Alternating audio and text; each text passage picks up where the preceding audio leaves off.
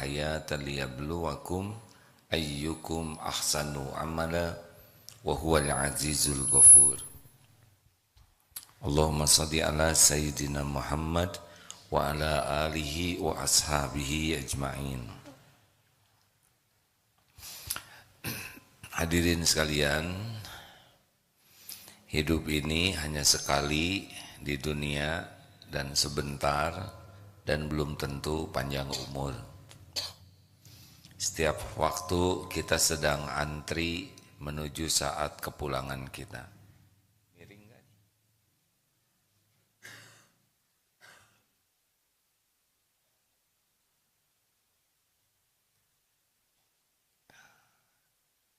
Miring ya.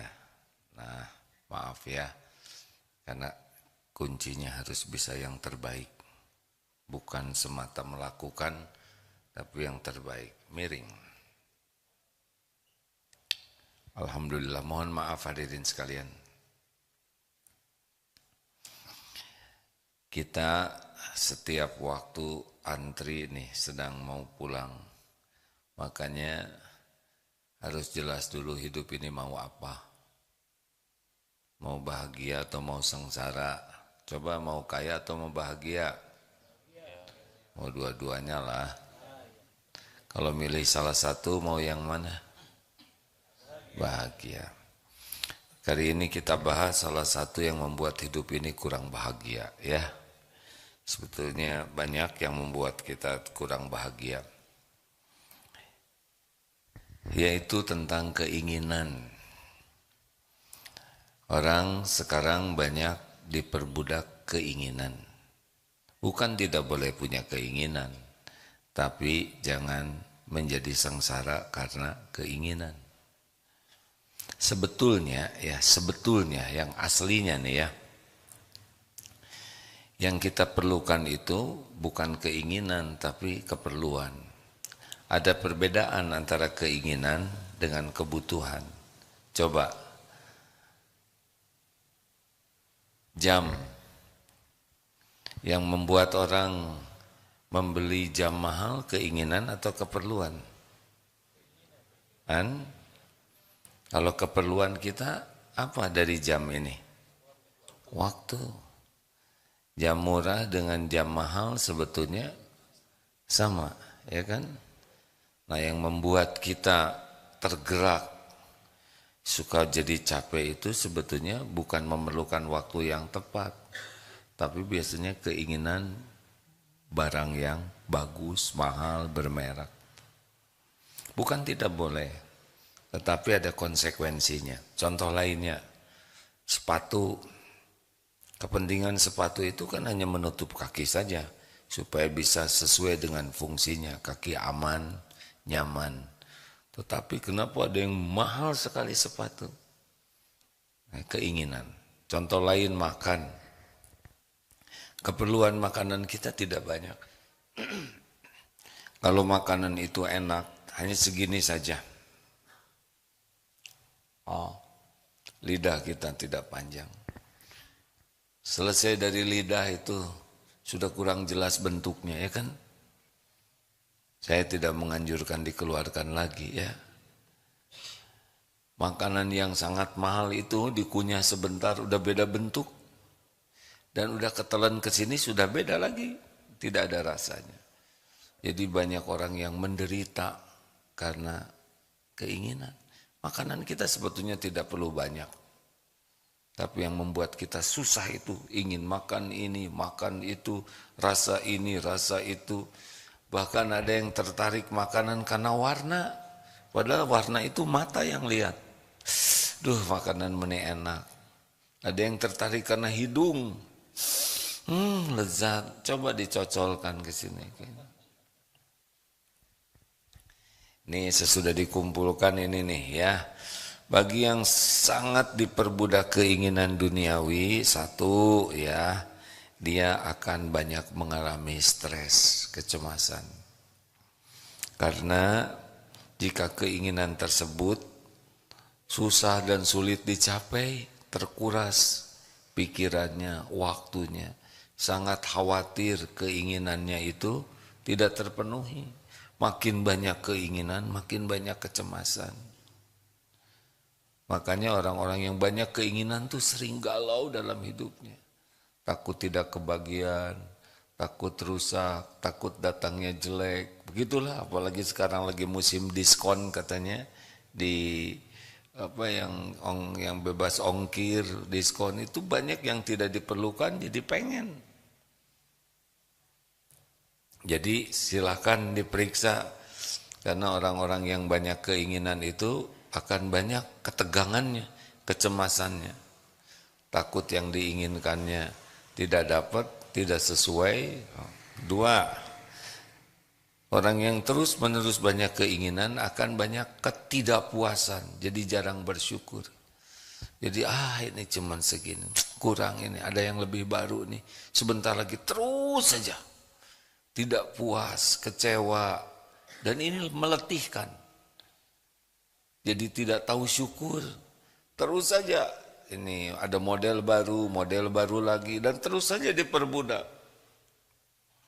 Makanya orang-orang yang banyak keinginan tuh susah bahagia, karena dia akan terus-menerus merasa kecewa, tidak puas, tidak bersyukur.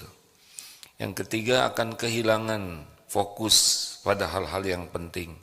Karena sangat ingin sesuatu terhadap duniawi, ya dia akan kehilangan fokus untuk ibadah, belajar agama, kurang. Alhamdulillah. Yahdikumullah. Jadi orang yang banyak keinginan duniawi, kecenderungannya ke ibadah jadi kurang bagus. Bahkan dalam ibadahnya juga yang kepikir adalah keinginan duniawinya. Bahkan ibadahnya dipercepat, sholatnya dipercepat karena takut menghabiskan waktu untuk mengejar duniawinya. Ke Allah juga menjadi sangat sedikit ingat Allahnya, karena ingat duniawi saja terus. Kalaupun mau minta, ya minta dunia ke Allahnya juga. Sholat tidak khusyuk, hal-hal yang penting terutama ya belajar agama hampir lewat. Orang-orang yang sangat mengejar cinta dunia itu ilmu agama menjadi sangat tidak penting. Dia hanya sisa-sisa waktu saja.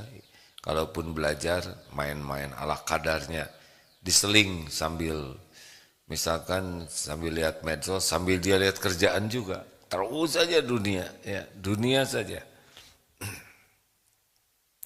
Termasuk orang-orang yang pecinta dunia itu enggak peduli kepada tubuhnya, kesehatan tubuhnya.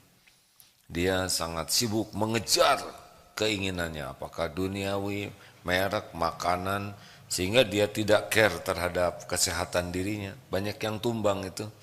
Atau juga keluarganya, dia sangat ambisius dengan keinginan dunia sehingga istri, anak terabaikan, orang tua terabaikan. Terus saja mengejar dunia. Popularitas, kedudukan, silaturahim ke orang tua yang wajib jadi lewat. Hubungan di keluarga juga hanya sisa waktu saja. Dengan anak tiba-tiba kok udah SMP, begitulah berarti dia tidak perhatikannya. Baru aja kelas 2 SD, berarti 6 tahun dia enggak perhatikan. Lalu yang keempat, siap-siap menjadi raja utang, ya. Karena orang-orang yang diperbudak keinginan itu dia menggampangkan perhitungan demi terpenuhi keinginannya. Jadi banyak hutang, banyak cicilan, pinjol dan sebagainya. Karena dia memang demi memenuhi ambisi dunianya, dia sampai tidak punya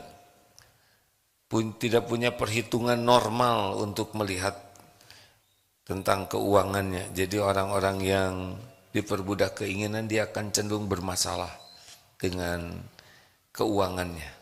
Dililit hutang, ya begitulah, lebih besar pasak daripada tiang demi gaya.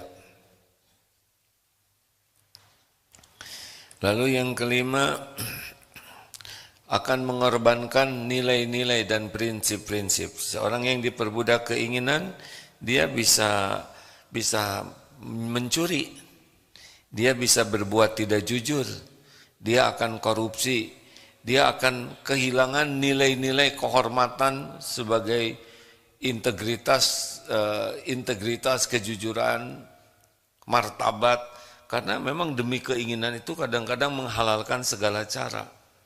Lihatlah, tidak sedikit yang pendidikannya tinggi, gelarnya panjang, jabatannya tinggi, kemudian menjadi hina dina, pencuri, perampok, maling,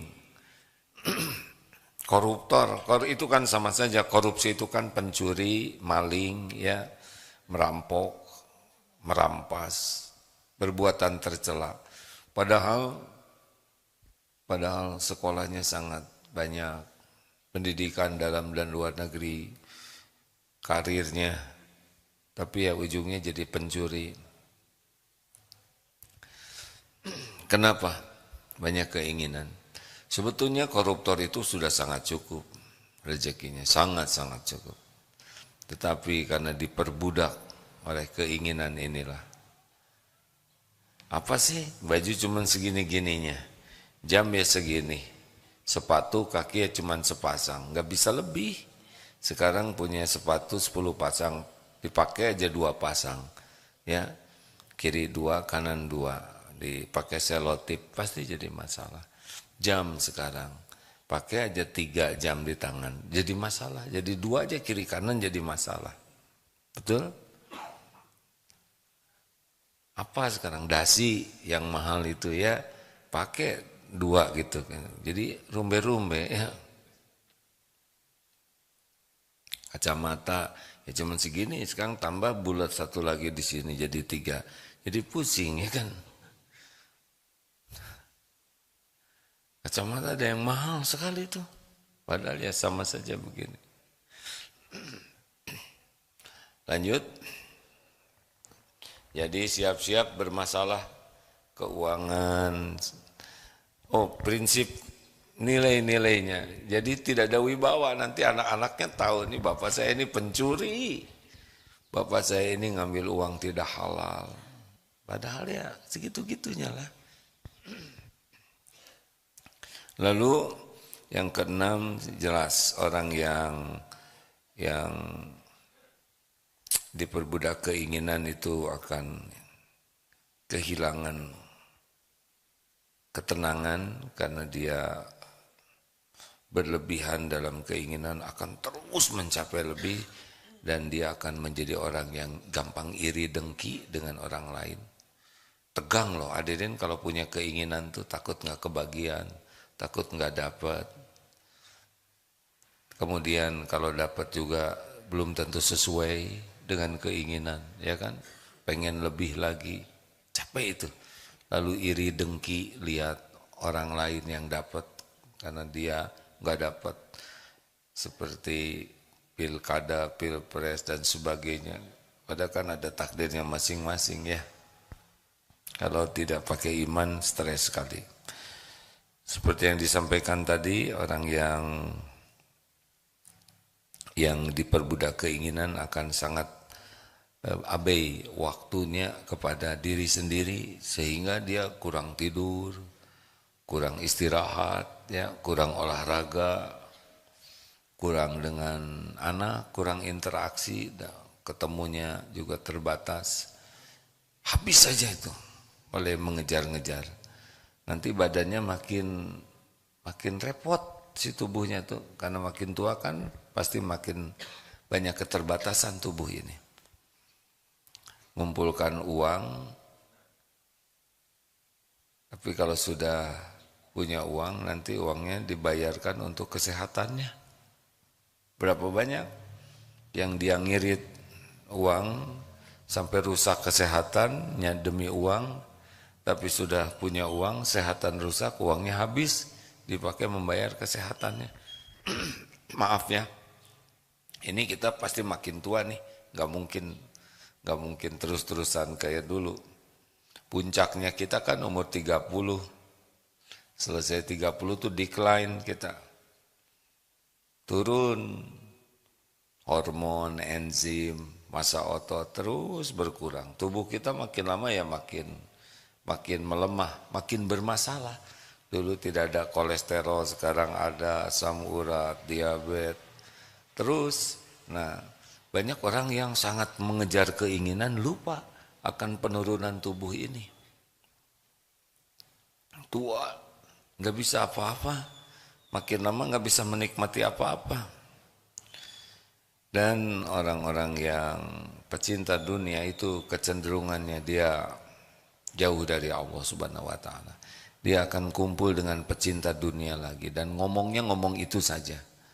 Terus saling membanding-banding, nanti akan terus berlomba-lomba dengan duniawi. Tidak ada bahagia, tidak bisa bahagia. Makanya apa sih yang harus kita lakukan kalau punya keinginan? Ya tanya dulu, keinginan saya ini menguatkan iman saya atau tidak? Keinginan saya ini jadi amal soleh atau tidak, gitu aja. Itu kuncinya cuma dua, iman, amal soleh. Kalau mau bahagia ya. Tapi nafsu memang selalu membuat kita diperbudak keinginan.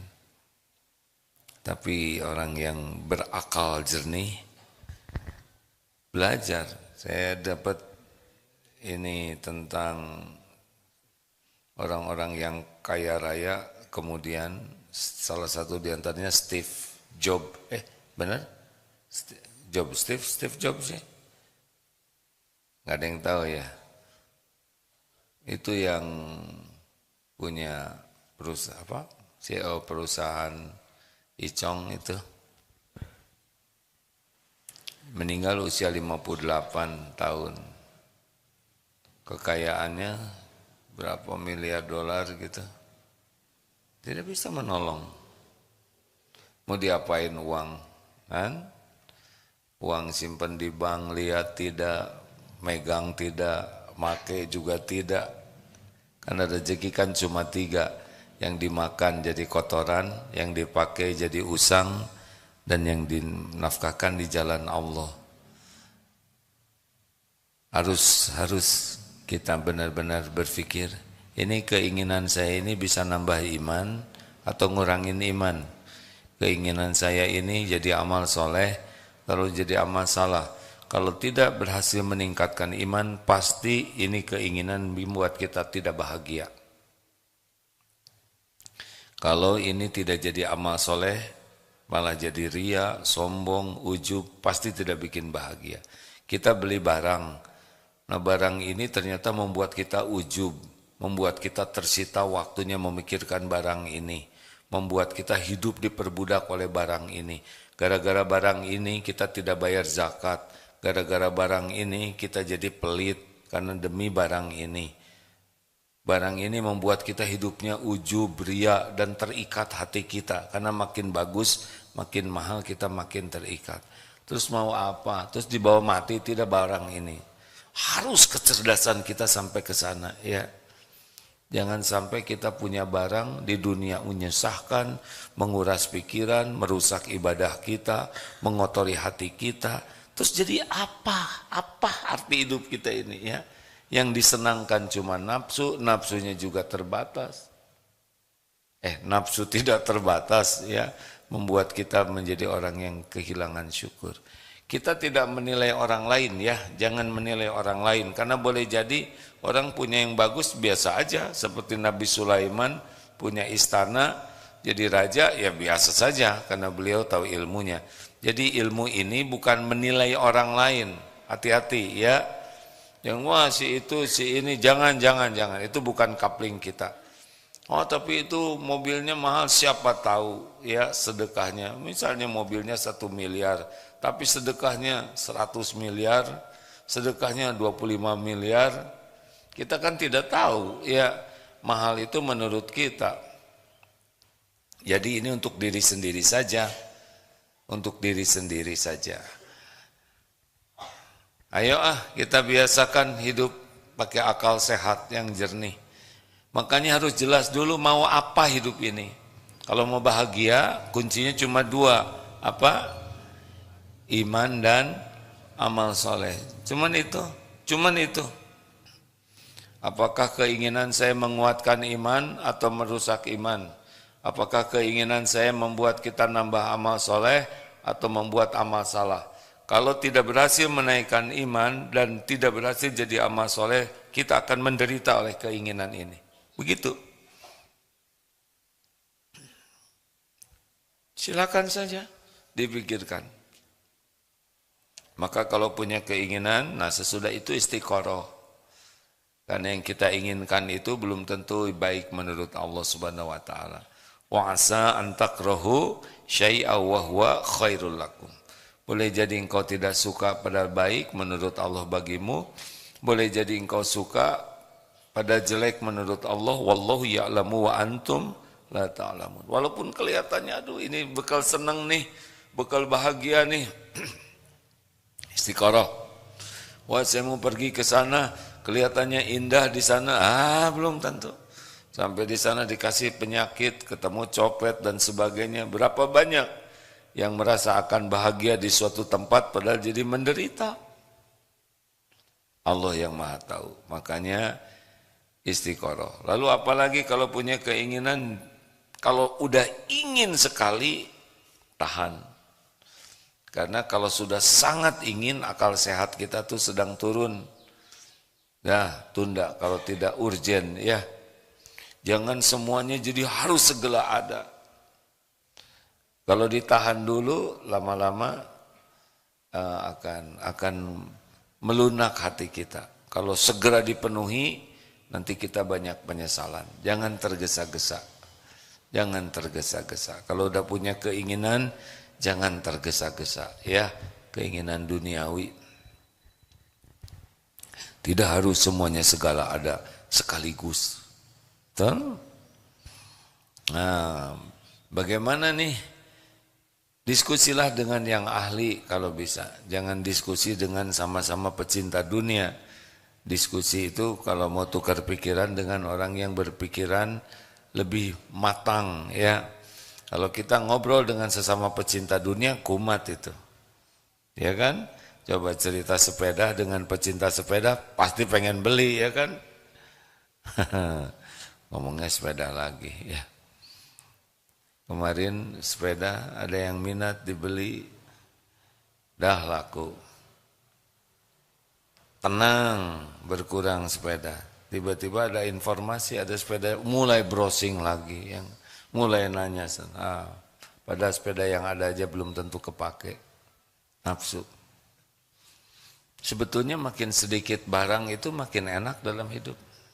Karena tiap barang itu pasti mencuri waktu untuk kepikir macam-macam setiap barang itu, ya kan? Oh, barang di mana nih? Habis tuh waktu. Tadi cuma ini, loh kenapa jadi begini? Siapa yang make? Mulai berapa menit tuh? Coba kalau barang itu nggak ada, nggak kepikiran, ya kan? Halo? Makin banyak barang, simpan di mana? Coba cari. Tadi ada di sini. Hah? Kenapa jadi kotor begini? Loh, ini jadi begini. Terus rewel ini. Padahal dipakai juga tidak. Dulu saya beli sepatu, ditaruh di mana ya? Oh, ingatnya aja udah lupa ya. Waktu inginnya luar biasa nyarinya. Coba ini, saya juga jadi ingat nih barang-barang saya nih. Astagfirullahaladzim.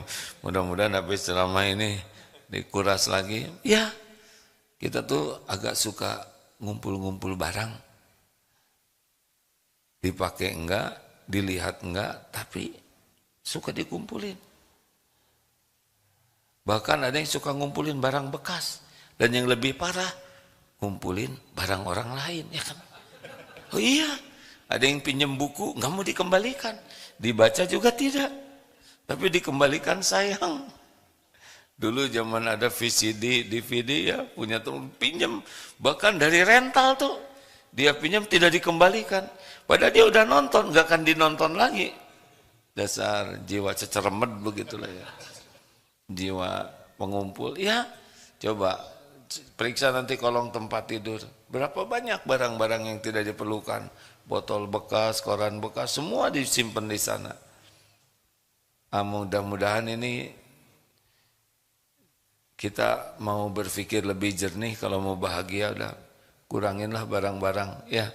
Sedekahkan aja lah sebagian. Katanya hidup minimalis itu lebih simpel.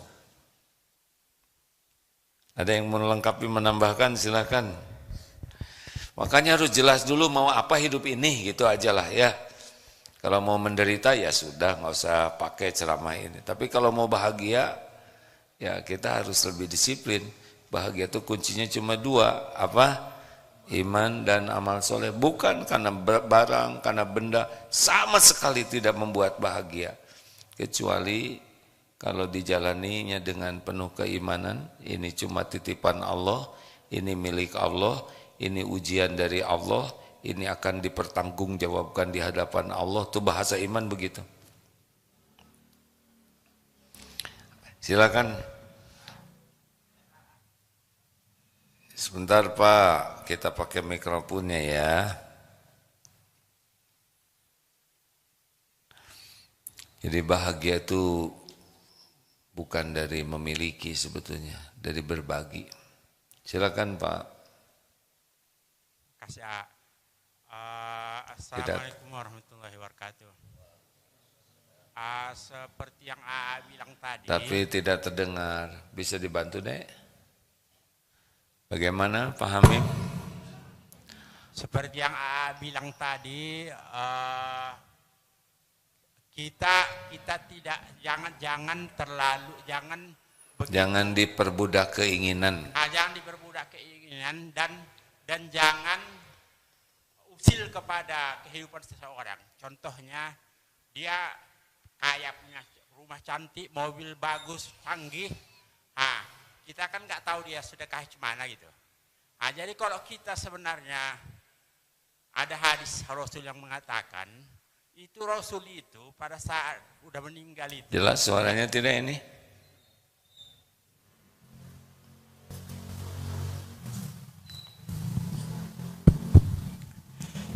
Jadi kalau kita berpedoman kepada hadis Rasul, artinya mempedomani akhlaknya, itu kan ada hadis yang menyebutkan Rasul itu pada saat meninggal itu tidak meninggalkan tidak meninggalkan dinar, tidak meninggalkan pokoknya harta lah gitu. Tidak meninggalkan harta dan tidak meninggalkan wasiat. Artinya miskin lah gitu, miskin. Jadi saya agak bingung juga nengok umat sekarang, mau ustadz mau kiai segala macam, tidak ada. Begini saya Pak, lihat halo. Meneladani Rasul itu. Halo. Meneladani Rasul itu. Bapak.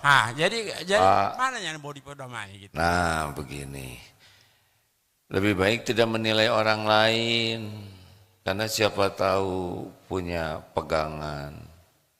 Jadi lebih baik kita nilai diri sendiri aja. Jangan-jangan orang yang kita nilai lebih soleh dari kita, ya kan? Sudah beramal lebih banyak, jadi sudah sedekah lebih banyak. Iya betul. Artinya kan begitulah akhlak Rasul itu, tidak meninggalkan harta. Begini tapi Pak. Orang sekarang kok apa? Pak, halo. Sudah, jangan menilai orang lain. Bukan menilai, bukan ya, menilai. Itu artinya ngaku-ngaku ya sudah. Kita mempedomani akhlaknya Rasul. Ya sudah, kita pelajari Rasul, kita tiru. Orang lain mau bagaimana, mungkin punya amal lebih bagus dari kita. Jangan menilai orang lain. Bukan menilai masalahnya.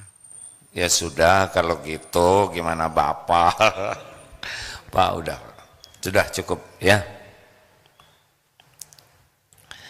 Begini Pak, kalau Bapak mau serius bahagia, pelajari, amalkan. Kalau kita menilai orang, kita bahaya. Karena siapa tahu tahajudnya lebih bagus dari kita, zikirnya lebih banyak, sedekahnya lebih banyak. Toh meninggalkan warisan banyak, tetapi karena Allah menitipkan ya sudah. Tidak harus semuanya jadi miskin, betul tidak? Kalau Allah ngasih banyak gimana? Nah begitulah. Jadi yang paling penting dalam hidup ini adalah kita belajar, kita amalkan, sangat berhati-hati menilai orang lain. Kata Imam Hasan Al-Basri, orang yang rendah hati itu tidaklah keluar dari rumah kecuali melihat orang lain lebih mulia daripada dirinya. Jadi kalau ketemu orang kita berbaik sangka, orang ini mungkin lebih khusyuk sholatnya, ibadahnya lebih banyak, tahajudnya lebih ikhlas, mungkin lebih berbakti ke orang tuanya, mungkin ini lebih banyak sedekahnya dibanding kita. Pokoknya tiap ketemu orang, pikirkan orang Islam itu lebih baik dari kita, itu bersih hati kita. Kalau hati kita sudah berbaik sangka, hati ini nyaman. Kalau ini nyaman, maka ucapan kita jadi nyaman. Tindakan kita juga jadi nyaman. Lalu nanti yang mendengarnya ikut nyaman. Tapi kalau hati kita sudah menilai orang lain jelek, kecenderungannya hati kita tidak nyaman.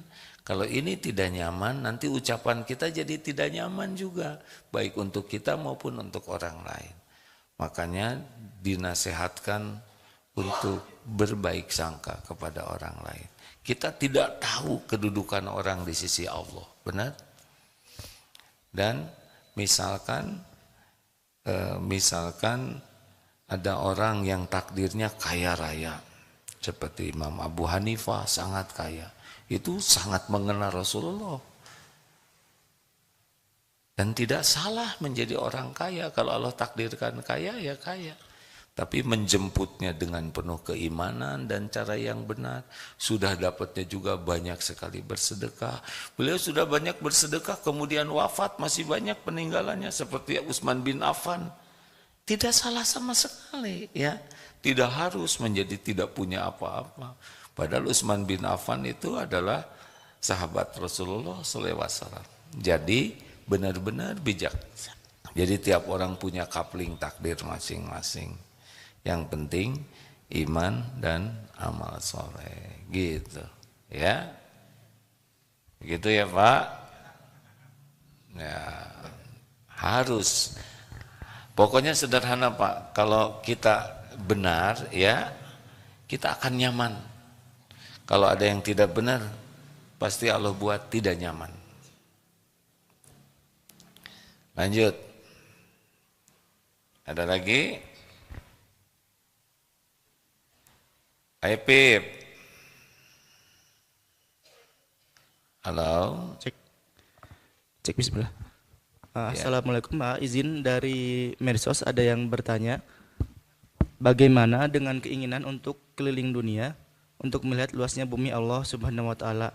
Kadang memang keinginan seperti ini sebenarnya jalan-jalan utamanya. Bagaimana meluruskan niatnya? Terima kasih. Apa Pip? Jadi meluruskan niat ketika kita punya keinginan, intinya. Iya, kan memang dalam teorinya wah kita bakal seneng nih, di sana pemandangannya indah. Iya kalau sehat ya kan. Kalau di sana muntaber mah nggak ada yang indah. Dan itu bisa seketika itu.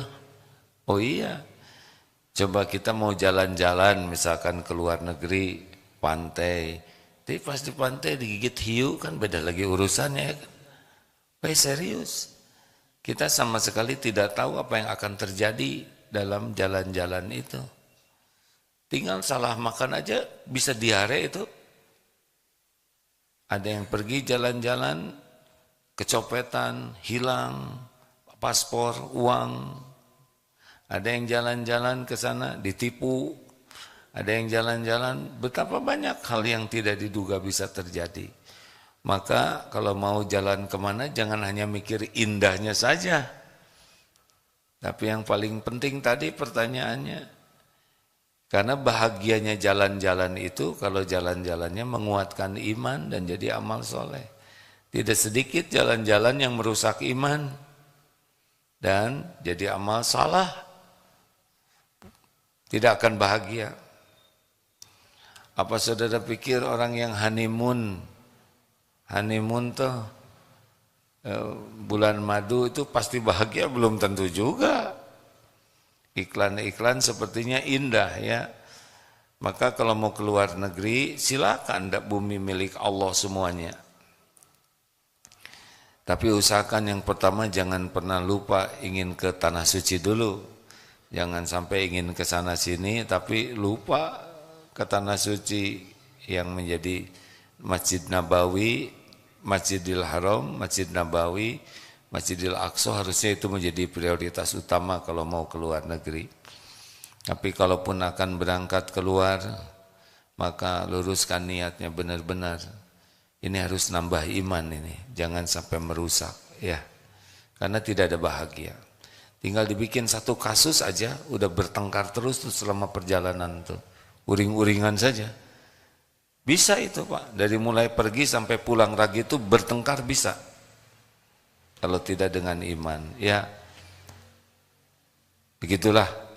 Luruskan niat mau apa. Di sananya juga harus jaga diri, makanan jangan sampai makan yang tidak halal. Kemudian sibuk melihat pemandangan pantai yang ternyata bergelimpangan. Sudahlah, saya tidak usah ngomong ya. Yang akhirnya jadi dosa. Suatu saat juga ada yang ngajak ke pantai musim panas. Aduh, ini kayak pindang begini. Gak bisa ini jaga pandangan, nafsu sih pengen melihat tapi kan tidak boleh ya. Pas sudah pindah aja, pas balik kanan ternyata tempat mandinya dia, wah tempat berantakan. Apa coba untungnya? Tahajud bisa hilang, sholat tepat waktu bisa hilang. Kalau tidak hati-hati ya. Walaupun banyak pelajaran yang bisa diambil kalau niatnya benar. Begitu, silakan. Cek. Izin A dari YouTube ada yang bertanya, Assalamualaikum A, bagaimana kita membedakan keinginan dan nafsu semata, dan bagaimana kiat-kiatnya kita menyelaraskan keinginan dengan maunya atau kehendak Allah? Terima kasih sebelumnya A. Nggak jelas Pep, ulangi Pep. Bagaimana membedakan keinginan dan nafsu semata, dan bagaimana kiat-kiatnya agar kita bisa menyelaraskan keinginan dengan kehendak Allah? Terima kasih sebelumnya A. Sebetulnya ini materi ceramah dari tadi ya. Jadi ya kita harus belajar agama supaya tahu bahwa yang kita inginkan halal atau tidak, makruh atau tidak, ya haram atau tidak, makruh atau tidak, mubah atau tidak. Kalau kita tidak tahu ilmunya rada berat ya. Kemudian kalau nafsu itu memang kalau udah suka, nafsu itu kecenderungannya mau saja. Nah si nafsu ini suka berbalik dengan yang Allah sukai. Contoh, nafsu sukanya kita tidur atau tahajud? Jawab. Tidur. Allah sukanya kita tidur atau tahajud? Nafsu sukanya kita saum atau enak makan? Allah sukanya kita ada waktu saumnya tidak? Begitu. Nafsu suka tidak kita sedekah? Tidak, nafsu tidak menyukai kita sedekah. Maunya jajan, kepentingan pribadi. Tapi Allah sukanya kita sedekah atau tidak? Sedekah. Lihat medsos. Nafsu pasti sukanya yang sia-sia dan maksiat. Tapi Allah menyukai kita yang manfaat. Demikianlah. Jadi kalau kita sudah senang kepada sesuatu, periksa aja. Ini nafsu atau bukan. Ya. Tapi kalau kita tunda sebentar lalu kita doa, nanti akan kerasa ini nafsu atau tidak. Biasanya orang itu tidak ditunda tuh. Kalau udah nafsu pengen tuh kejar terus. Nah ini sudah masalah. Tenang sajalah, dunia ini cuman mampir sebentar, nggak punya juga nggak apa-apa kok, ya. Nggak harus kita punya. Yang harus itu iman meningkat dan jadi amal soleh. Teman-teman HP-nya bagus ya udah doakan aja sing barokah. Tapi HP kita jelek ya nggak ada masalah, yang penting halal, betul tidak? Dulu aja nggak punya HP nggak apa-apa. Ini orang-orang udah pada punya motor, masa kita belum punya? Ya nggak apa-apa kalau nggak punya, banyak ojek, betul?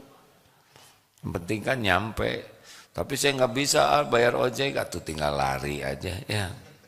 Kalau gitu kalau lari nanti saya capek ya udah larinya sambil diam, udah gitu aja. Gimana sih? Hidup ada pilihan ya. Terakhir Pip masih ada? Ya di medsos.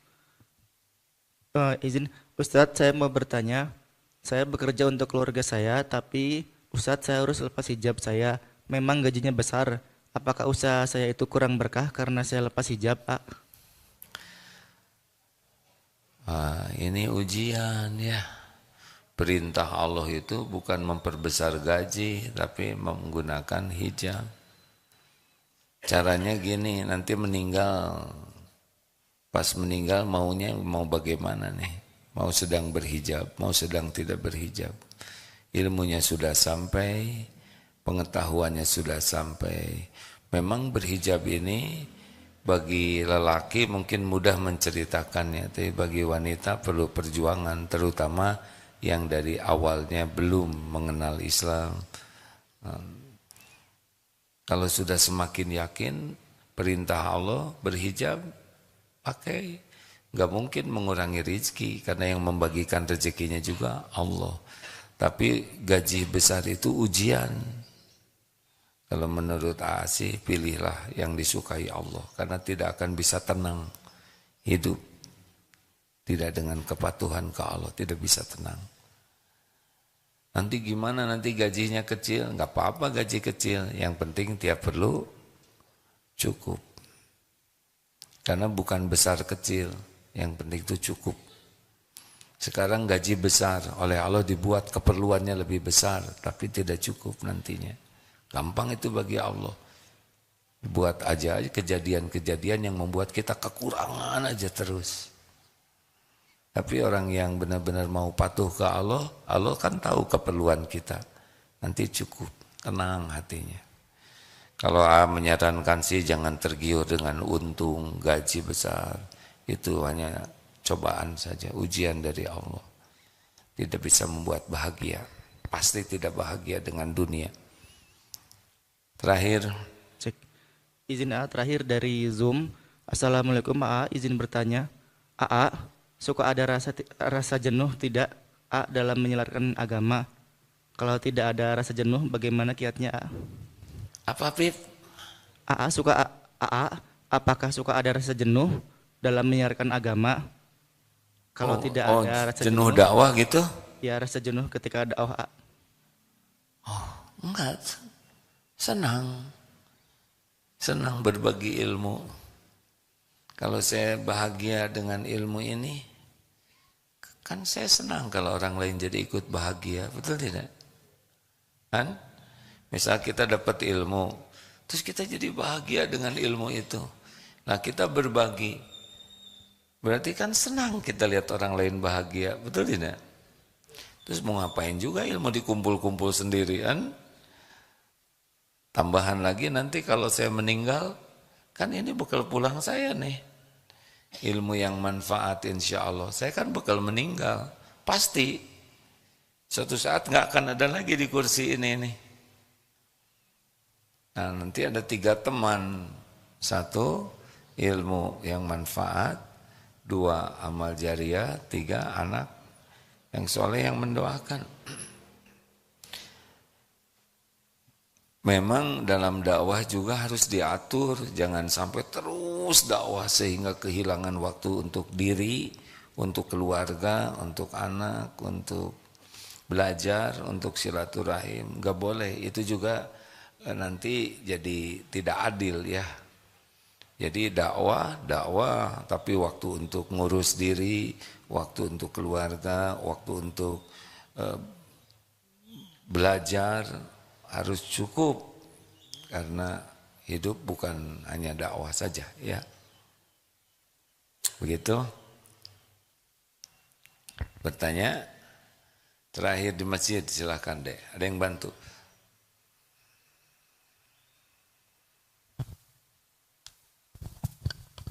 Bismillahirrahmanirrahim. AA izin bertanya. Kan tadi katanya ketika kita keinginan itu ketika kita bukan ketika diperbudak. Ketika diperbudak keinginan. Ketika diperbudak keinginan, itu akan muncul rasa kecemasan yang berlebih. Bagaimana ketika kita sudah meminimalisir untuk meyakinkan kepada Allah bahwa keinginan kita tuh sudah disederhanakan, tapi masih timbul rasa kecemasan itu. yang Ya. berlebih? Ya, pada prinsipnya kecemasan itu karena Allah menginginkan kita lebih bergantung ke Allah. Cemas itu biasanya karena kita tidak bergantung kepada Allah dan bergantung kepada selain Allah, itu cemas. Coba aja diperiksa. Kalau kita yakin ada Allah yang maha baik, ada Allah yang maha melindungi, maha menjaga, maha mencukupi, dan selama ini juga dijaga oleh Allah, dicukupi. Kita maunya jadi dekat ke Allah, itu tidak akan cemas. Tapi kalau sibuk dengan ini itu tapi tidak nyambung ke Allah, pasti nanti dibikin cemas. Berharap dari makhluk, bersandar kepada makhluk, bersandar kepada tabungan, gaji, keinginan orang, itu pasti akan tidak tenang. Jadi intinya kecemasan itu imannya harus ditingkatkan, keyakinannya. Karena dia akan bersandar kepada selain Allah, itu yang membuat tidak tenang. Ya, baik, terima kasih Bapak Ibu sekalian. Insya Allah pekan depan kita berjumpa di Istiqlal. Apa ini? Oh, pengumuman. Insya Allah ada ru'yah syar'iyah hari ini di Ahad di Masjid Darut Tauhid pukul 8 sampai 15.00 oleh Ustadz Iqna Bahtera dan oleh Ustadz Agus Suhendar. Ru'yah syar'iyah. Nah, bagi yang mau diruqyah silahkan ke sini.